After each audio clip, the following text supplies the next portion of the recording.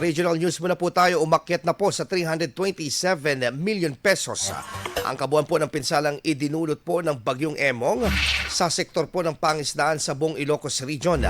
Batay po sa pinakahuling datos ng Bureau of Fisheries and Aquatic Resources or BFAR Region 1 as of August 12. Katumbas po ito ng 3,852 na metrikong tonelada ng produktong pangisdaan ang nalugi sa mga mangingisda.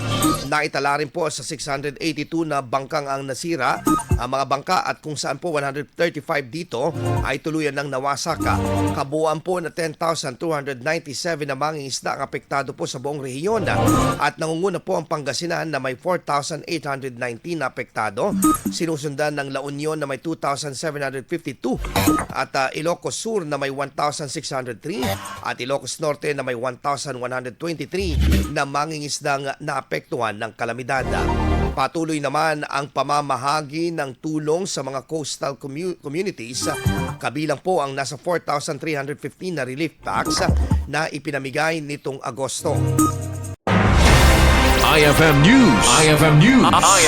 IFM News.